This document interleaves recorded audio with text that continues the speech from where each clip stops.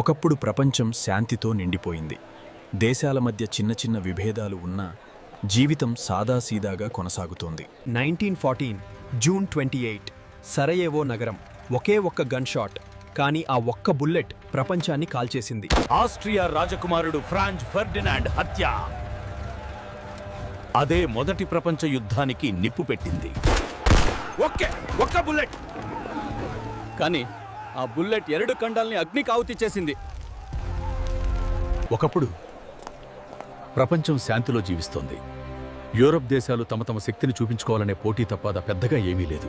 కానీ చరిత్రను తలకిందులు చేసే తుఫాను మాత్రం నెమ్మదిగా దగ్గర పడుతోంది.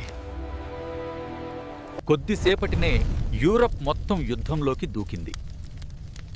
దేశాలు ఒకదాని మీద ఒకటి దాడులు మొదలుపెట్టాయి. మట్టిలో తవ్విన గుంతల్లో రోజులు తరబడి పోరాటాలు, ఆకలి, భయం, విషవాయువు. ఇదే మొదటి ప్రపంచ యుద్ధం.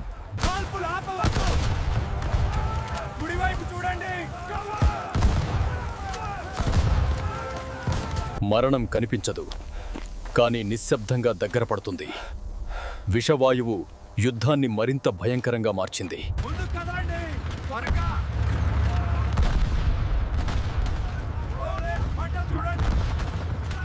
మొదటి యుద్ధం మానవుని ఏమీ నేర్పలేదు.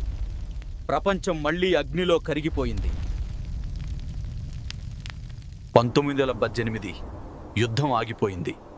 కానీ నేలపై పడి ఉన్న వేలాది ప్రాణాల మౌనం ప్రపంచాన్ని కుదిపేసింది. ఓడిపోయిన దేశం, అంతటితో అవమానం, దానికి తోడు కోపం. ఈ మూడు హిట్లర్ను ప్రమాదకరమైన వ్యక్తిగా మార్చాయి. జర్మనీని మరోసారి యుద్ధం వైపు నడిపించాయి. జర్మనీ మళ్లీ శక్తివంతంగా మారింది. హిట్లర్ ప్రపంచాన్ని తన నియమాల ప్రకారం మార్చాలనుకున్నాడు. 1939 పోలాండ్పై దాడితో రెండో ప్రపంచ యుద్ధం ప్రారంభమైంది. యూరప్ ఆకాశం మళ్లీ బాంబుల కేకతో నిండిపోయింది. నగరాలు బూడిదయ్యాయి. ముందుకి వెళ్ళండి, 12 ట్యాంక్ దగ్గరికి. త్వరగా, మనం ఇక్కడ ఇరుక్కుపోయాం. కొత్త ఆయుధాలు, కొత్త రాక్షస యంత్రాలు. మానవుడు తనే సృష్టించిన అగ్నిలో చిక్కుకున్నాడు. General quarters. Incoming aircraft, take cover. 1941 Japan Pearl హార్బర్పై దాడి చేసింది. అమెరికా కూడా యుద్ధంలో అడుగుపెట్టింది. ఇప్పుడు ప్రపంచం మొత్తం ఒకే యుద్ధరంగం. 1945 బెర్లిన్ కూలిపోయింది. హిట్లర్ కథ ముగిసింది. కానీ యుద్ధం ఇంకా ముగియలేదు. ఆగస్టు 6 మరియు 9 హిరోషిమా, డర్న్, నాగాసాకి అణుబాంబులు పడిన ఆ 2 రోజులు మానవ చరిత్రలోని అత్యంత చీకటి క్షణాలు.